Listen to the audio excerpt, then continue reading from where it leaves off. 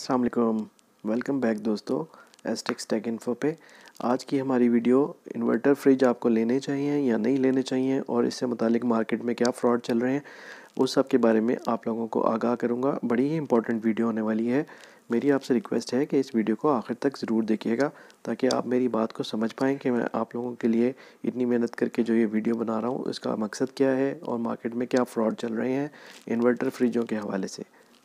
Video शुरू करने से पहले स्क्रीन पे आप लोग मेरे चैनल की इन्फॉर्मेशन देख रहे होंगे। यूट्यूब पे आपको इस तरह का नज़र आएगा, ये आइकॉन आप देख रहे हैं एसटेक्स टेक इन्फो का। अगर आप लोगों को मेरी वीडियो अच्छी लगती है तो प्लीज़ चैनल को सब्सक्राइब कर लीजिए और बेल नोटिफिकेशन को भी ऑन कर लीजिए। और अगर आज की वीडियो आपको बहुत ज़्यादा पसंद आए तो लाइक का बटन दबाना मत भूलिएगा। यूट्यूब पे भी आप लोग देख सकते हैं अपनी स्क्रीन पे कि इन्फॉर्मेशन भरी पड़ी है इन्वर्टर फ्रिज लेने के हवाले से। हर बंदा तकरीबन आपको पुश कर रहा है इन्वर्टर फ्रिज की तरफ और इसमें बहुत सारे ऐसे लोग भी शामिल हैं, ऐसे यूट्यूबर्स शामिल हैं जो पेड प्रमोशंस करते हैं और उसे उनको इस बात से कोई फ़र्क नहीं पड़ता कि आपकी जेब से जाने वाले पैसे कहाँ से आ रहे हैं और आप कितनी मेहनत से उनको घर पे ला रहे हैं। इसलिए मैंने इस वीडियो में बहुत सारी रिसर्च आपके साथ शेयर करने वाला हूँ। इवन ओरिएंट इलेक्ट्रॉनिक्स ने ये एक आर्टिकल लिखा है जिसमें उन्होंने बताया है कि इन्वर्टर और नॉन इन्वर्टर फ्रिज में फ़र्क क्या है और आप लोगों को क्यों इन्वर्टर फ्रिज लेना चाहिए। लेकिन ये आर्टिकल लिखते हुए वो कुछ ऐसी गलतियां कर गए जिन्होंने उनका जो है ये बात एक्सपोज हो जाती है कि हर बंदे के लिए इन्वर्टर फ्रिज ज़रूरी नहीं है और कौन सी फैमिली हैं जिनको इन्वर्टर फ्रिज लेना चाहिए और वो कौन सी हैं जिनको इन्वर्टर फ्रिज नहीं लेना चाहिए। इसके बारे में मैं अब आपको डिटेल से बताता हूँ। आप किसी भी ब्रांड की वेबसाइट खोल लीजिए, वहाँ पे आपको सबसे पहला जो ऐड नज़र आएगा वो डीसी इन्वर्टर के वाले से नज़र आएगा। जैसे चैंग का ऐड आप अपने सामने देख रहे हैं, इसी तरह आपको और दूसरे ब्रांड्स के भी ये एड्स मैं आपकी स्क्रीन पे दिखा रहा हूँ कि आप किसी भी ब्रांड की वेबसाइट खोल लीजिए। सबसे पहला जो डिस्प्ले ऐड आएगा रेफ्रिजरेटर के इंफॉर्मेशन कॉलम में वो यही होगा कि आप इन्वर्टर आपको टॉप पे नज़र आएगा कि जी आपको इन्वर्टर की तरफ पुश किया जा रहा होगा। तो आप लोगों को इन्वर्टर फ्रिज क्यों लेना चाहिए और सादा फ्रिज क्यों नहीं लेना चाहिए इसके बारे में मैं आपको बताता हूँ। देखिए, इन्वर्टर टेक्नोलॉजी जो मार्केट में आई है तो इसका मकसद ये था कि जो आप लोग फ्रिज चलाते हैं उसका कंप्रेसर जो है आपके सादे फ्रिज से वो मुख्तलिफ होता है क्योंकि ये मुसलसल अपनी स्पीड को वेरी करता रहता है और इसकी जो स्पीड है वो अपनी वक्त के हिसाब से तेज़ या कम होती रहती है, जिसकी वजह से आपकी बिजली की बचत होती है। अभी ये दराज पे भी आप लोग देख सकते हैं कि मैं आप लोगों के सामने दिखा रहा हूँ कि जो सादा फ्रिज है उसमें, और ये देखें इसकी प्राइस तकरीबन कोई 41,000 रुपया है और ये तकरीबन 12.5 क्यूबिक फीट का ये फ्रिज है और ये भी काफ़ी एनर्जी एफिशिएंट है, लेकिन ये एक सादा फ्रिज है, नॉन इन्वर्टर फ्रिज है।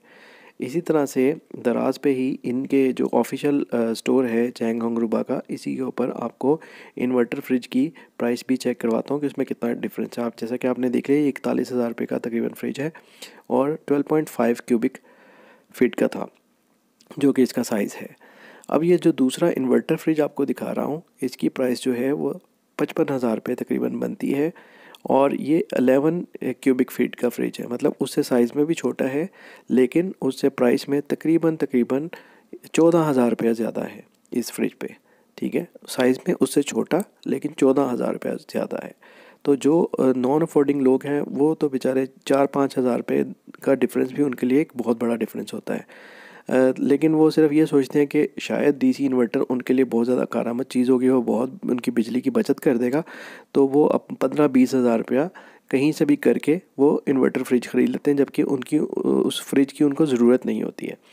तो एक नॉर्मल घर जिसमें बहुत सारे बच्चे छोटे रहते हों या 2-4 बच्चे भी हों और जिस घर में बार बार फ्रिज का दरवाज़ा खुलता है, वो खुलने से क्या होता है कि इन्वर्टर फ्रिज जो है वो अपना कंप्रेसर उसका तेज़ी से चलना शुरू हो जाता है। जैसे ही आप उसका डोर दोबारा क्लोज़ करते हैं तो वो दोबारा से अपनी जो उसकी कूलिंग है उसको मेंटेन करने के लिए तेज़ी से चलना शुरू हो जाता है और जब तक वो कूलिंग तो वो दोबारा मेंटेन नहीं कर लेता जहाँ पे आपने उसका थर्मोस्टेट सेट किया हुआ है, तब तक वो तेज़ी से चलता रहता है। तो जिस घर में बच्चे ज़्यादा होंगे वो वहाँ पे बार बार दरवाज़ा खोलेगा और बार बार कंप्रेसर जो है वो फास्ट रनिंग मोड में आ जाएगा। और जो एक सादा फ्रिज है वो एक जल्दी स्टार्ट होता है, जल्दी कूलिंग करता है क्योंकि उसका कंप्रेसर एक ही स्पीड के लिए जो है वो बनाया जाता है, और वो उसने जैसे जिस पे आप थर्मोस्टेट सेट करते हैं उसी स्पीड पे उसने चलना होता है, और फिर कुछ अर्से के बाद उसने ब्रेक लेना होता है, और फिर उसके बाद फिर जैसे ही वो कूलिंग डाउन होना शुरू होती है वो दोबारा चल पड़ता है। जबकि इन्वर्टर जो कंप्रेसर है वो मुसलसल चलता रहता है, सिर्फ अपनी स्पीड को वेरी करता रहता है। तो देखने में ये आया है कि जो आम फैमिली है उसके लिए जो एक सादा फ्रिज है वो ज़्यादा बिजली सेव कर रहा है बजाय इन्वर्टर फ्रिज के। सिर्फ इन्वर्टर फ्रिज उस सूरत में आपके लिए कारआमद हो सकता है कि अगर आपकी फैमिली में सिर्फ और सिर्फ बड़े अफराद हैं, मतलब अडल्ट्स लोग हैं, और 1 से 2 की फैमिली है और कोई बच्चा नहीं है, और आपका फ्रिज बहुत ही कम खुलता है और ज़्यादातर दिन का हिस्सा जो है वो बंद, उसका डोर जो है वो बंद ही रहता है, तो फिर वो आपके लिए कुछ हद तक बिजली सेव कर सकता है।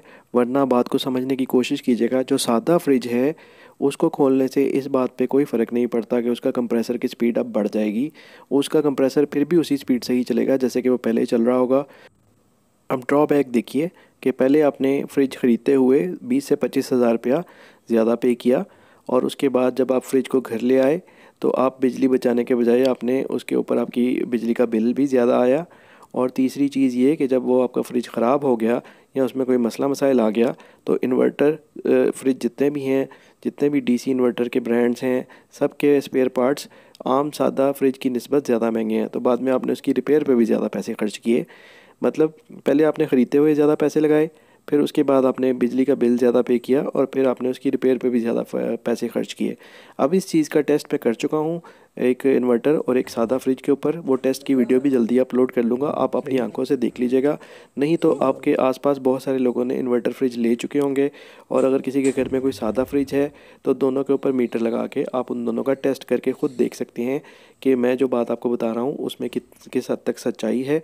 और मार्केट जो आपको डीसी इन्वर्टर फ्रिजों की तरफ पुश कर रही है, उन बातों में किस हद तक सच्चाई है। ये टेक्नोलॉजी का इस्तेमाल ज़रूर कीजिए, लेकिन अक्ल के साथ, ताकि आप लोगों का नुकसान ना हो। और दूसरी बात ये कि खाली दुकानदारों के कहने पे किसी भी ऐसी नई टेक्नोलॉजी में जंप इन ना कीजिए जिसका आप लोगों को पता नहीं है कि वो आपके फ़ायदे में जाने वाली है या नुकसान में। पहले टेक्नोलॉजी को अच्छे तरीके से समझ लीजिए और फिर उसका इस्तेमाल कीजिए। अब तक आने वाली इस टेक्नोलॉजी में सबसे बड़ी जो टेक्नोलॉजी है वो पावर है, बिजली जिसे आप कहते हैं। लेकिन जितने भी लोगों ने इसका अकल से इस्तेमाल नहीं किया, वो बिजली के झटके खा के या बहुत सारी और अप्लाइंसेस के झटके खा के मर चुके हैं और दुनिया से रुखसत हो चुके हैं। तो इतनी बड़ी जो है टेक्नोलॉजी, और उतना ही बड़ा उसका नुकसान अगर आपने उसका इस्तेमाल तरीके से नहीं किया। तो आप ख़ुद सोचिए कि आपकी ज़िंदगी में से अगर बिजली निकल जाए तो कैसी अंधेरी ज़िंदगी हो जाएगी आपकी। तो अगर आप उसका अकल से इस्तेमाल करते हैं तो आप उससे रोशनी लेते हैं और अपनी ज़िंदगी के हज़ारों काम इससे निपटाते हैं। लेकिन अगर आप इसका इस्तेमाल अकल से ना करें तो उतना ही आपका नुकसान हो सकता है। इसी तरह से दूसरी नई आने वाली तमाम टेक्नोलॉजीज़ भी इसी तरीके को मद्देनज़र रखते हुए इस्तेमाल किया कीजिए। उम्मीद है कि आपको मेरी बात समझ आ गई होगी और आप ख़ुद भी इसका टेस्ट करेंगे। मैं भी टेस्ट की वीडियो अपलोड कर दूँगा। अगर आपको वीडियो पसंद आई हो तो लाइक का बटन दबाइए और सब्सक्राइब कर लीजिए मेरे चैनल को। मैं मिलता हूँ आपसे अगली वीडियो में, तब तक अपना बहुत सारा ख्याल रखिए। अल्लाह हाफ़िज़।